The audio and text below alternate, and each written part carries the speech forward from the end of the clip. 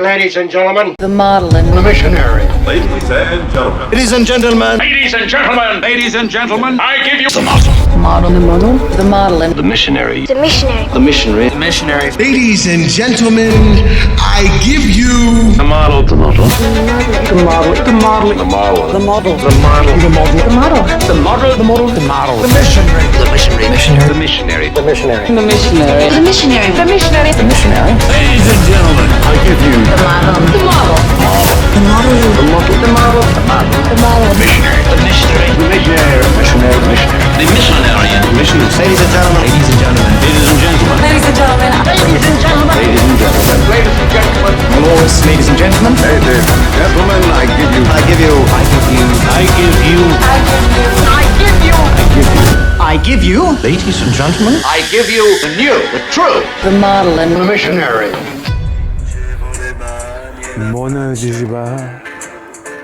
This episode brought to you by Lambrusco. And Cacio de Pepe. Cacio de Pepe. And- Steven likes bland pasta. And Lacey likes chicken cutlets with tomato and I balsamic. could live off cutlet. I could Hey, I could probably live off Lambrusco. Compare. Oh. All right. okay. We're amazing. Should we go on the road? We should go on the road. Okay. That was a good little intro. Yeah. We gotta finish the intro, babe, And then we'll get there. All right, so let's finish this. Diagnosed with cancer. about our conversation. Yeah. This is what happens. We have conversations, and we're like, why aren't we filming this? That's literally our whole marriage. So Well- now we've started to film them. And so this is where we're at. We're gonna drop you in. I saw. Oh, we can't miss the cheers. By the What's way, cheers in is the camera? Italian? Is the camera sideways? Yeah, it's a little It's a little dink. diags. Dinks. There you go. Right. That changed. What's cheers in Italian? That changed absolutely nothing. I don't know. It's not Opa. Opa's Greek. Oh man, I should know this. Kompai. Like I know that even in Japanese. Poland, I know in Scotland it's Slanjava. No, wait. I know. We gotta use it. Let me tell you something. Wait. Let me. No. I don't even know if I've ever known it. I've known it. And that's why I'm so So you disappointed can in keep myself. thinking. I'm very disappointed in myself. The dog is disappointed in me also. That happens. Of course. Of course. We're gonna fall like 2 inches. Yeah. What is it? I know what it is. Oh, salute. Salute. Salute. Salute. Okay. All right, so we're doing. Tough subject to just dive into.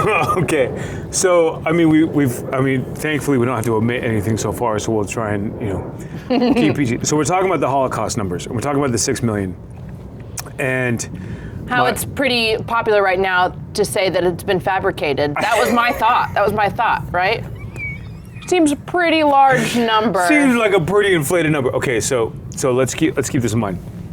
My grandfather, Harold Wayne Prowse, the 392nd Bomber Group out of Wendling, UK. It was a pilot when he crashed over Bernburg, Germany. And he goes into POW camps for 10 and a half months. I was the only one that he talked to about the war. And my father and uncle were super bitter about it. I'm the only one. And he explains all the things that happened, including going through 2 death marches in the snow. And the death marches were where you've got these Nazis and they're marching you from camp to camp and they're doing it just for the purpose of like killing you off. And the best part is this, he's like, they'll never find them. And I'm like, what are you talking about? He's like, they'll never find all the bodies. I'm like, what do you mean? He's like, someone would keel over out of exhaustion, out of cold, bitterness, because like their feet were open, foot had frostbite. They literally couldn't physically walk, and the Nazis would just throw them underneath the vehicles, and so the tires and the tread on the tanks and everything else, all the tread would just pulverize them into dust. And I'm like, how many happened? He's like, countless. He's like, I couldn't even tell you. He's like, there were thousands of us on those marches. thousands of us going from one camp to the other. And he's like, I was only on 2, and there were others that were out there that, you know, obviously you never saw again. And so I'm like, so what do you mean? He's like, they'll never find him. All the people that they just killed and shot in the woods, all the people they killed along the way, like, war doesn't... Barged into houses. But this was the conclusion we came to. We came to, people want to think, we think old people have a dead reckoning account of the past. Here's what I said. Take old people from right now that live in a hole, live in a cave, and that intentionally stay in a confined space in the middle of nowhere America or somewhere else. You can't ask them about big ticket things and say they have data. And they knew from their perspective, yeah, which was very small. So all of a sudden, you want to go to someone that could have potentially lived in a freaking hole and now survived out of fear, whatever else, and now they want to invalidate everything because they don't want it to be true. They don't, because what if the truth of how bad it was actually highlights and exposes their own cowardice? What if all of a sudden... Or unbelief. Yeah. Or unbelief, or disbelief, whatever it is. Well, people are counting and trusting in the numbers of the gas chambers and just saying, it doesn't add up. It's not going to add up. It just doesn't add up. And well, so you know, one, not everyone was documented, not everyone was on paper, so it's going, the numbers are going to be false no matter what. So, okay, just go find a GWAT veteran and say, like, hey, what's the official death toll versus, is there a chance the actual death toll is higher? And they will just laugh at your face like, not only is there a chance, we know for a fact the actual death toll is higher. In war, you don't want to actually catalog all the ways in which death and destruction happened. You don't want to do that. And so to think that like old people, oh look, well ask people now, and they were 2 years old during the Holocaust. I get it though. We're in a generation of distrust, right? We cannot trust the historians, we can't trust the history books, we can't trust the teachers and everyone who implemented this curriculum. We can't trust the government, and so now we're questioning everything. Why do people that want makes to? sense. It's Daniel 12. It says No, knowledge. you want to know the truth. No, That's why. But this is the fallacy. Why? This is the You don't want fallacy. to be lied to anymore. This is the fallacy of our human condition, is to think that just because you can understand something and there is data, then now you can extrapolate an understanding of that data. Does that make sense? Mm-hmm. There's this preponderance, all this information without any context, without details, without actual account. And so now we're Sunday quarterbacking and armchair jockeying the data. We're not going to derive the actual outcome. But we think that because we're smart people, oh, look at us, we can look back with hindsight and we nailed everything down. Didn't happen. So the reason why that's important is because I think people are trying to decipher what's true and what's false. You can't. What has been told to them.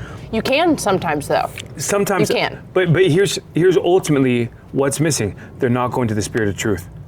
They're not saying, Holy Spirit, can you please clarify this for us? Can you please, shed light? And so if you never go to the Spirit of truth to corroborate or confirm, what do? You are actually living of your own volition and your own understanding. And then what does God say?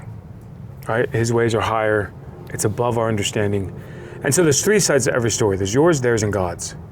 And so when you look at the Holocaust deniers, and listen, I wasn't there. I can't verify what was and what wasn't and what the numbers were.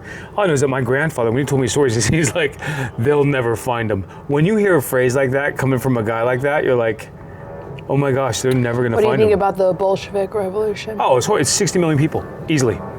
When they actually look at the numbers, you had such a here's the difference. So do you think that has been underplayed, the numbers? Underplayed 100%. With that, all violence at scale, historically, has been underplayed and undervalued. Which means that the Jewish uprising through Lenin and that whole group destroyed more Christian souls than anyone outside of war, just normal course of war and business and border disputes. And the post I saw the other day, it's like, how many movies do we have that's from a Jewish perspective, anti-Hitler, yet we have none about Stalin or the Bolshevik Revolution, anything against Christians or to paint Jews in a bad light.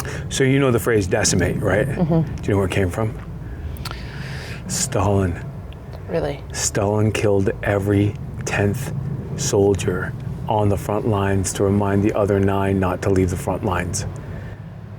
So we think decimate. We think it's like, oh yeah, they were decimated. It was Stalin to his own people.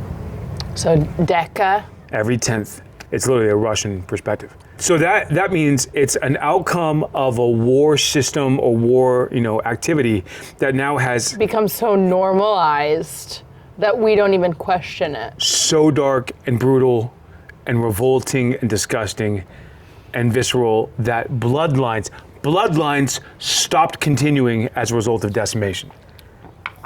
Entire family bloodlines no longer exist because of what Stalin did.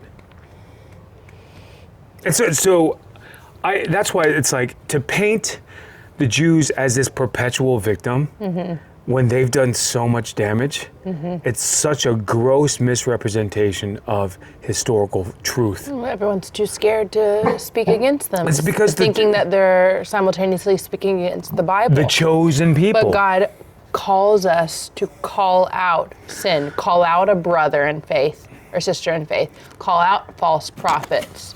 That's truly what truth in love means. It doesn't mean stand by with a mute spirit and observing. Timidity. Yeah. Wallace. I mean, it goes for more than just men, 100%. All day. How many women get objectified and abused, Wallace, who are literally in abusive situations and are so timid they can't speak up? Not even when they're in a life and death situation. Well, it's learned behavior. It's not learned behavior. It's a default. You think so? Okay, so is that like the cultural condition that's ushered in a I spiritual think it condition? can be learned behavior, yes.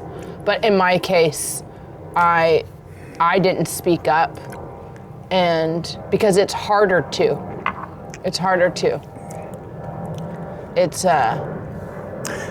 more out of character. Explain what's hard about it. Is it that you will experience it's like a negative impact? It's like a negative conversation on the back end?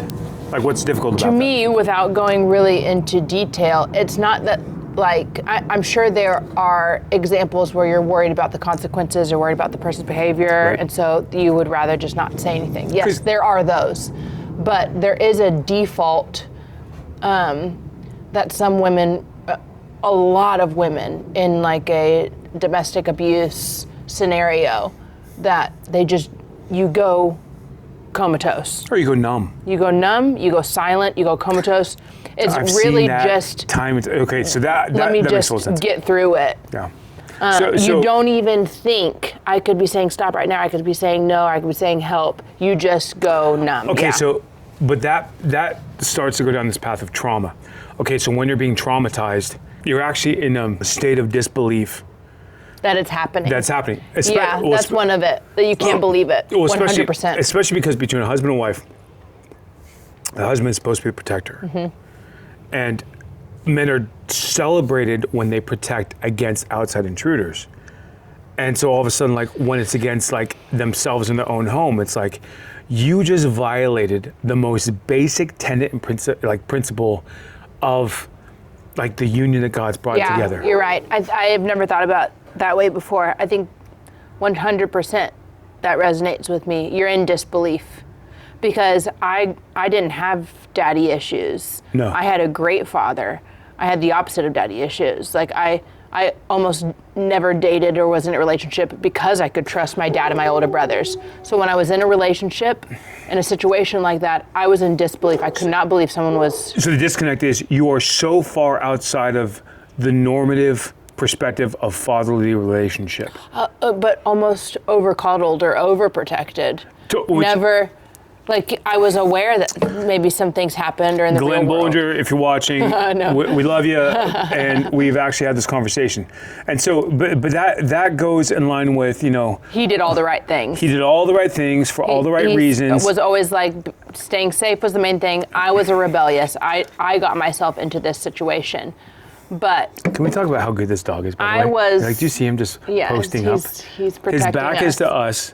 You guys can see him. He's literally like right here. You can see He's him. protecting us from You're the best barkers. boy. Meanwhile, if a squirrel gets close, he's like, what are you? I don't understand. seagull. Or seagull. We have a video of a seagull up on the chimney earlier. It's funny. Okay, so your dad does his best, raises you up you enter a situation and now you're in total disbelief, how much of your logical... My naivety. It was my... God, do girls need a class on this? I mean, maybe, which you think is redundant, but... Almost like you want to save your kid from having to learn about this because you're like, hopefully this is right. They never experienced it. I think I had two older brothers that were also rebellious. I say this about my family. Sometimes a lot of times there's one prodigal child, and my parents, God love them, had all three. We were all three wild and crazy and rebellious, and prayers brought us all back. So prayer works. But I think both my brothers were already so wild that I'm the youngest, I'm the little girl, and so they are going to really nurture the innocence of it. And so, I'm in college, and I guarantee you, I was behind in my maturity for my age for a long time. So, in college, I'm 18, 19, really 22, 23, and I am probably acting 15 or 16. So we're talking post basketball or in basketball? After basketball. Okay, yeah. so after, all right. Because that's the difference, right? Like if you're on a team, you got the scholarship. Yeah, this was after I quit. My parents didn't talk to me for 2 weeks because they thought I was making the wrong decision. But college basketball is a wild commitment of your time, your personality. What it came down to is I didn't want that to be my entire life. I don't want to go pro. I don't want to play overseas. I do not want to be a basketball coach. I don't want to be a lesbian. Yeah. So I don't want to be a physical therapist. Did not see it in my future. I had gotten a full ride scholarship. I'd met my goal.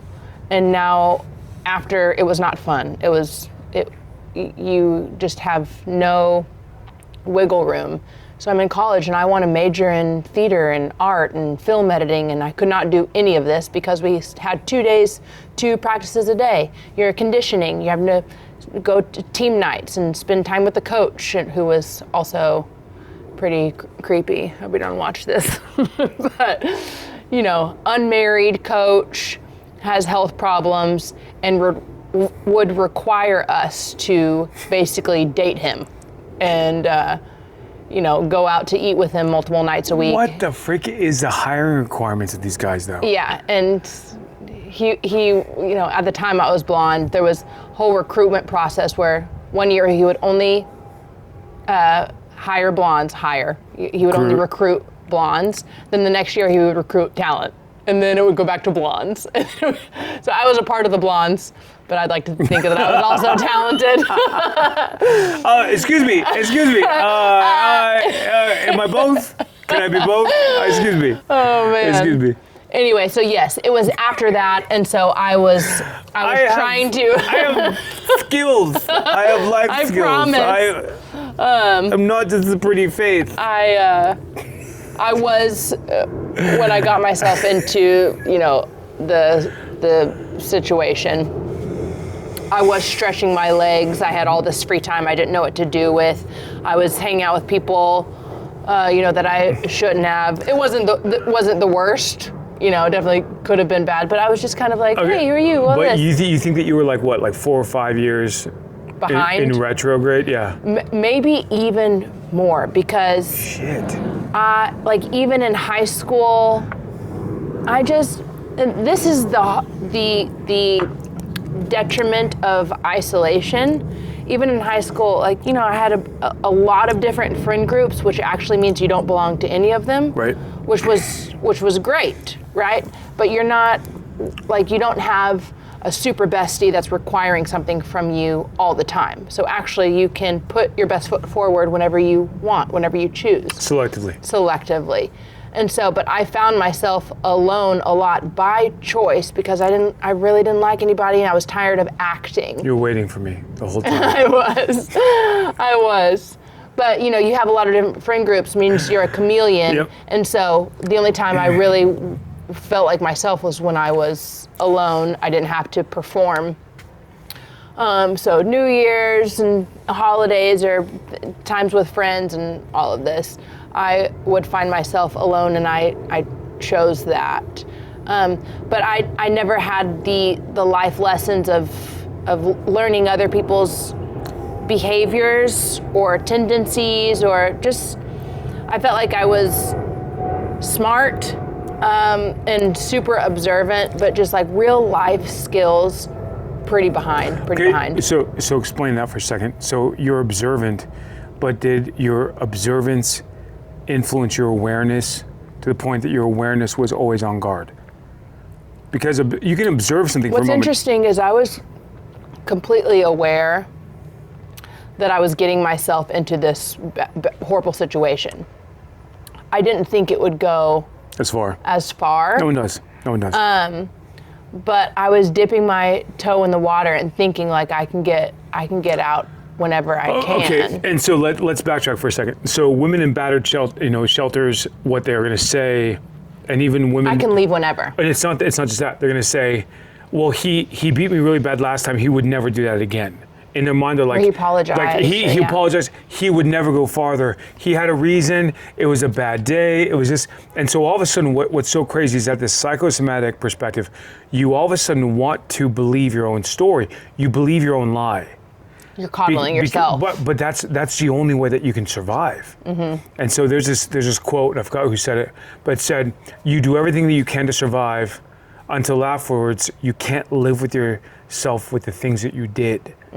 So I knew what I was getting myself into. So I was already perpetuating this facade of a lie of a life to my loved ones, to my parents, to friends. Was this rebellion against the system you were raised in? No, I really wasn't doing it to get back at anyone. I think that I was just craving to experience life, and maybe it was like the fascination of this side of life that I've never seen before, and I'm not ready to leave it yet, even if it's hurting me. Why have I heard that from so many women? I knew he was wrong for me. I did it anyways because I wanted to experience that. Mm-hmm. What kind of... it wasn't, it was just the worst kind of wrong. I want to say all of it, it might be too gnarly, but... Okay, so take that. If you think just like cheating and hitting you is bad, it's like it can get so much worse. Okay, so carry that forward. Right now we have, we're surrounded by abuse, trauma survivors of like every caliber and ilk. My gosh, it's horrible. Of every background, every financial background, every genetic background, and so all of a sudden, trauma is proliferating, and you have a bunch of people who have alter egos that are operating and walking in broad daylight, but yet the real them is hiding in the corner somewhere, and they would never. It's like I can't deal with things. I can't look at things. I can't, and so things become so real and visceral, and that I feel like almost part of us. There's a group of people in history and society and culture that can't deal with the reality of like, yeah, it was in fact more than 6 million people. They say it was more than 6 million Jews. Do I know? No. But do I know? You drop that much artillery, it doesn't just always hit open fields. And there are sometimes, my grandfather, other people will even say, like, you drop so many bombs from over 130 bomber planes at the same time, in the same area and region. What do you think is going to survive to even write some sort of casualty report? Right. So it's so if you can imagine how stacked and staggered villages. all gone. Yeah. And there's nothing but ash and rubble, and the fire like burned out everything, so there's not even bone fragments left. And you want to write a report. Oh, we think that there were 30 people who lived here. There were 300. There were 3,000 gone, wiped off the face. And so my thinking is that it's almost like by proliferating information, Daniel 12, knowledge will abound, people will run to and fro. We're trying to, it's almost like there's this collective alter ego that has to rise, that has to navigate the group trauma. That's no different than a trauma victim that's now trying to make sense of what happened. Mm-hmm. Sorry, we can't even fathom the score and the depth and the magnitude But yet we think because we have the human faculty of reason and logic that we can somehow determine things and conclude things. And it's like I say, it's the glory of God to conceal matter. It's the honor of kings, and kings reveal this type of information. No, you just doom scrolled to oblivion, and now your head's filled with knowledge, and it's like a jukebox, not jukebox. What is it? Not ping pong. What is it? What's the game that you like play with the flappers? But people, help me out. Help me out. It's a thing. It's a pinball. Yeah. Like all of a sudden your head becomes like a pinball machine. Boom, boom, boom, boom, boom, boom, boom, boom, boom, boom, boom, boom, boom, boom, boom, boom. And so you got these sound effects, and you got these balls and these springy things, and you got these like bouncy things, and all of a sudden it's like you think that, well, I exist, therefore I am, therefore I understand everything, and that's not the case. Oh, but you're a starseed. You're a chosen one. hey, did you know star signs have changed? Star signs have changed, but then What's they went your back. new sign? You're now. I knew it all along. I never resonated, although I checked it every single day, and I told people it was spot on. You know what you could do? You could walk up and be to people like, "Hey, are you a plebeian?" Plebeian. Like, oh my gosh, what is that? Plebeian. Maybe I am. You're the lowest life form. Like the lowest possible form that could be considered intelligent. You're a plebeian. Is that what you? What? Is that what that means? That's funny. So, I think that this narrative and this conversation of, I mean, you guys are just getting this is like, what Model and Missionary will probably end up becoming. But like, you guys are getting this idea of like, wait a second, what are they talking about? They're talking about Jews and Holocaust and Candace Owens. And here's the other part too. It's like, Did we talk about Candace Owens? I think that was when we were not filming yet. yeah, we weren't filming yet, but no, it's not this. But that's the whole point is that this Do we wanna was brought up drop because. that?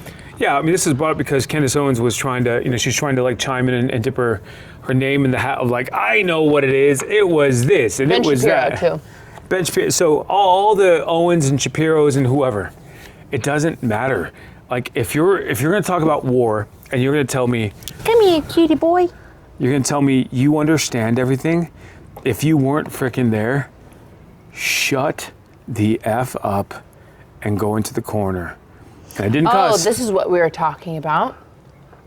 Is you can be right on something. Oh yeah, and then horribly wrong on. But the enemy's letting you win one because he's winning over here. So Candace Owens, she's an outright Catholic. She just converted to Catholicism. Her husband's a Catholic. That's they were right, at okay. odds for many years. It was a subject to not broach because the only thing they disagreed on. Oh, but then she converts and then she goes so hard in the paint Like over a Jews. full-blown, yeah. Okay, so we're not saying that she's wrong on a lot of what she's bringing up about the Jays, but it's interesting that So the enemy is like, go hard here. So imagine, so we can't call her out, or she feels comfortable calling out the historical record about the Jays, but she will not question the historical record about the Catholic Church. I would call that compromised. I would Which say to me is more evident, to be honest. drastically more evident. We went and tried to go to an opera, was it last week or something like It that? was last Friday. And it was a week It from was tonight. a week ago. Yeah. Oh man. So we go in and it's what, an 800-year-old church? Yeah, beautiful at eight- first glance.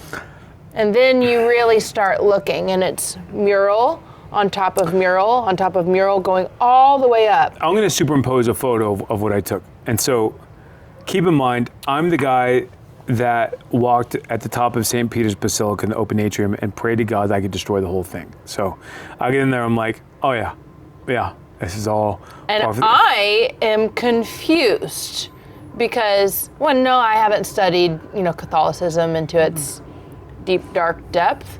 But to me, this is very out of order. It seems out of order for them Well, the too. graphics were one thing where it's like, wait a second, you start looking at Of course, it. Mary is the most prominent, but she's beneath Jesus, who's very little, and there's naked women and children, crying for Jesus, And then this above wilderness scene. that is a desert. Above Jesus and above Mary is a desert And parched with ground. vultures. Yeah.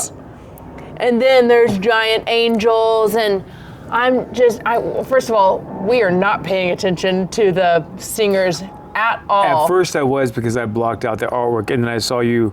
I saw am you having a moment. mesmerized Yeah. in the worst way by this, and I'm writing notes on my phone to tell Steven, and I'm like, I felt it was a full experience for me, to where we ended up leaving early, but I felt God's like wrath and sorrow at the same time, and I started crying, and people were like, oh, she's being so moved by the music. And I couldn't like hold back tears. It was yeah. So the top of the note. Now you're starting to get it, because it gets much, much darker and worse, and it's all on display in the open. And then she's like, why are we here? What's going on? Mine was like, this is not his. None of this is him. They have depiction of him, and it's not him. It's not glorifying him. No, there was a video today. It may have been AI, but in a Catholic mass, the cross that's hung up and very, very prominent just burst up in flames. And that's what I felt like God wanted to do. And all of these people, here we are going to what should be a holy ground. We're going to it for entertainment. I all of a sudden found myself feeling like this is blasphemy, what we're doing. We're going, it was the same as like a drag queen story hour in church. We're going to it listening to, I'm sure it was all in Italian, but I'm sure it's a love story and broken heart and all this. We're going to a church for entertainment, which we are glorifying, crying, and worshiping, basically, to depictions that have nothing to do with him and are just so false. And it was mind-boggling. We left, and I was upset the rest of the night, to be honest. So we left before intermission. And at first the guy's like, oh, you cannot take a dog into the church. And we're like, we're taking the dog into the church. And he's like, and then we get out there, he's like, oh, cute puppy. Cute puppy. He's like, none of it was his. And to be in there for entertainment felt wrong.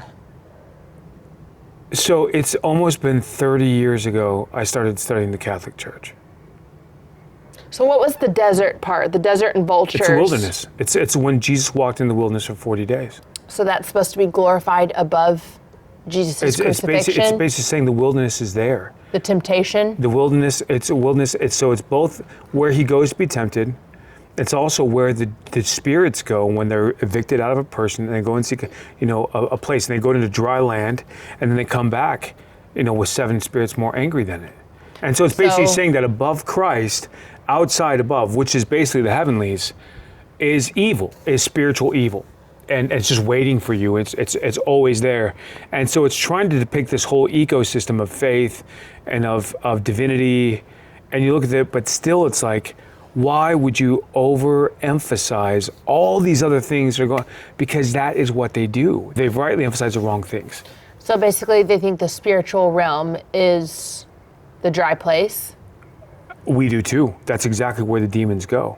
Yes, but if one demon is cast out, goes into it seeks out dry places for a place to land, and then comes back. But it's not just evil. In this case, it is. It's exousia. For them, I'm saying what we believe. Oh yeah, what is biblical. For us, it's basically saying that there is a place where evil dwells, and it's constantly within the whole framework of that ecosystem, that picture of Christ and Mary and everything else. So it's putting evil above everything. It's putting evil. They're thinking it's putting evil in the frame. Our perspective is you've just exalted evil above the whole condition. But they've exalted Mary above it all. Wasn't there one thing else right above the desert? I took pictures of it too, actually. Yeah, I took a picture. Something about the desert, I don't know. I just remember there was also the Hebrew writing that you were pretty mesmerized. Yeah, I wanted to know what that said. We'd have to Google it. This is the whole point, is that people go, and like the notes we took were sharing back and forth, is that people just don't know. And so our hope is that we wake people up and we jar them out of Here we go. this perspective. Well, there was angels, good angels, and then vultures in the desert. and then the stars above that.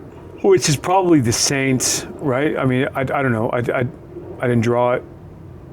All I know is I was trying to focus on the actual opera. Yeah, one actually has wings, and the other one doesn't. It just has a ring, so that Yeah. could be saints. You're right.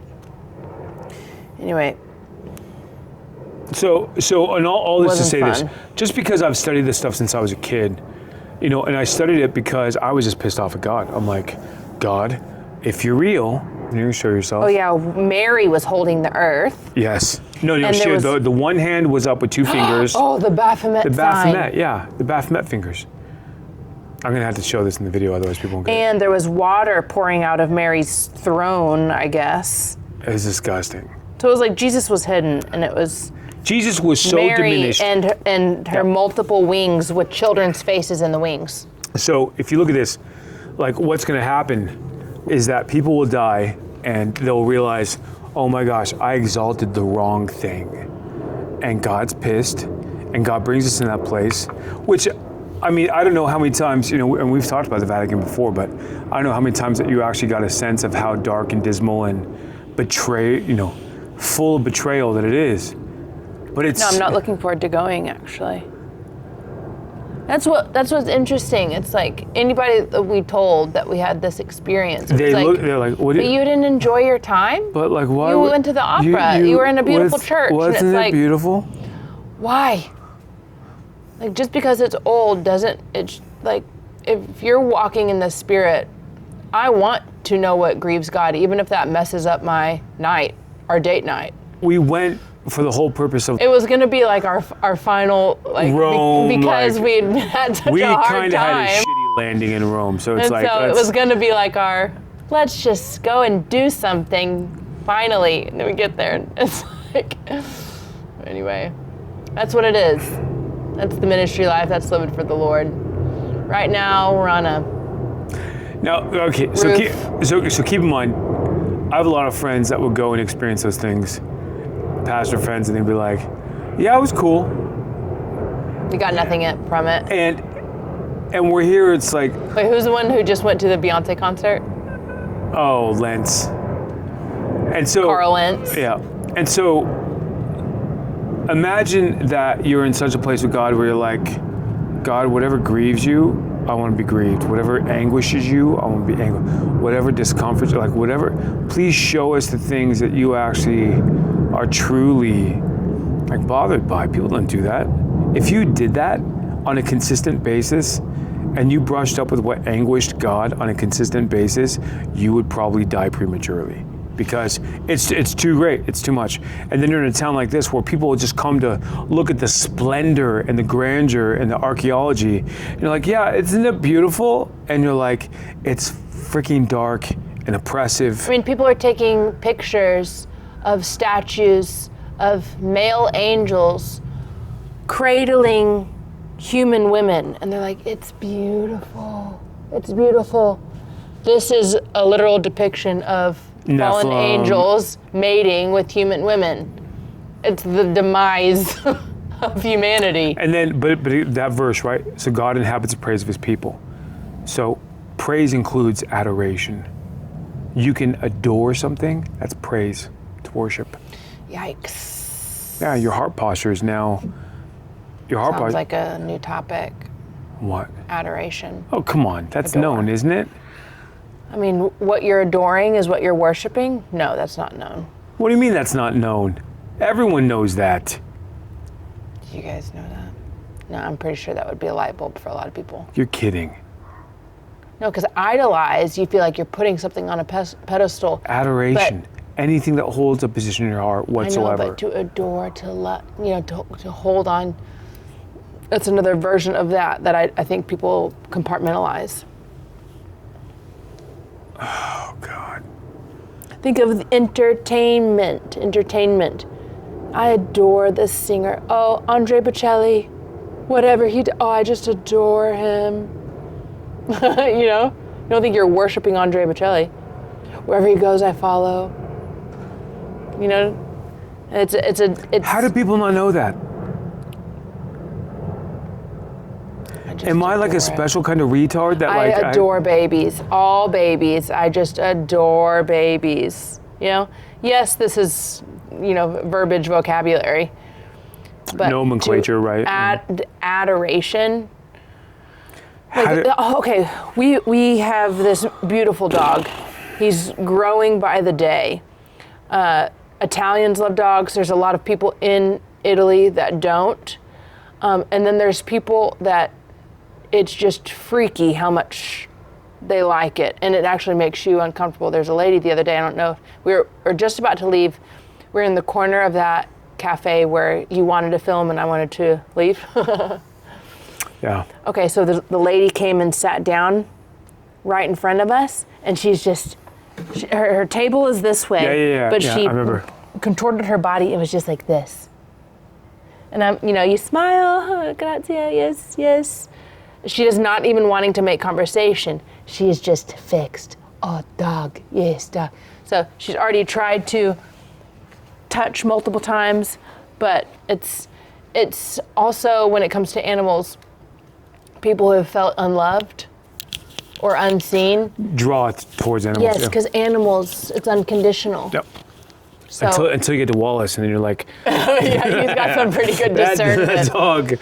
that dog will call out your. Except with Dalton. Freaking. yeah. That's funny. He's high level witchcraft. Kind of went Dude, right over Wallace's head. Listen, we're at that concert, and I'm telling you right now, I have never felt. Have we talked about this on camera? I don't remember if we I did. don't know if we did. I don't think I did. So we go see, and we just jump backstage for like a second. It's just like a second, and before the show starts, and was opening up. And I always known something was off, but I didn't know until like I see him and I see the black tattoos, and I had to Google it He's got afterwards. full black arms, Yeah. like the full black. Which I'm not opposed. I'm not opposed. Do your thing, but also the eyeliner and it's the whole shtick. He took he asked us our names, because we were kind of like off to the side talking about stuff. He asked our names, and he was actually very close to X. And so maybe he was just trying to get insight and information. And then all of a sudden goes down, and Wallace is usually very skittish about everyone and freaking starts licking hand. And I'm like, oh. Like, it was actually kind of like surprising for a second. Like, interesting. Okay. I guess you're okay. And then we get to the front. I'm like, something's up. He could have just done a blood sacrifice or something. The smell. Yeah, he's like, oh, that's meat, steak. Yeah. And all of a sudden, we're sitting down at the opposite end of the stadium, kind of like towards the back. And I'm sitting there, and I lean in to talk to Lacey, and all of a sudden, vertigo hits me. I do not feel vertigo. Like, I'm not dizzy about anything. And I'm like, that mother effer. I'm like, yeah, it's right when he started his set. Yeah, we're talking like second song. So let's just say this. There are things out there, there are people who are operating on the other team and for whatever reason get compromised along the way. And just like with Candace Owens and the numbers, right? I hate to say it, like, to think that we understand anything, and that's why looking back to the past and saying, oh, they had it right. Oh, look, they've carried forward. See, that's Christ's church. It's Peter. It's not Peter. But even when you look at that passage, like that's a passage that says that the gates of hell will not withstand you. And Peter didn't go on the offensive against anything. In fact, so in a week, the Vatican is going to entertain this massive, and it's saying like, we don't endorse LGBTQ+. But they're entertaining them, and they're on the official schedule. And so over the 5th to 6th, this group is caravanning up. It's 1,000 people caravanning up from like the south, I think. And so on the 5th or 6th, they're going to entertain them. But listen, we say that to say this. God's still moving. God's trying to restore and redeem. And we're not going to have it all figured out. But he does. So anyways, this is like our makeup Model and The Missionary. With Cacho the Pepe. And the Pepe the puppy. Oh, firework. Oh. Kaboom. The dog is like, A big boom, let's yes. shoot to the AKs. Get to the AK, let's shoot to the AKs. Oh, man. We're in a fun little place. Anyways, we'll get some video for you guys. More to come. We appreciate you. I need to do an after action report. Probably do that in a few minutes. Ciao. Grazie, buona serata. Tutto bene. Buonanotte. Buonasera. Buonanotte. What else do they say?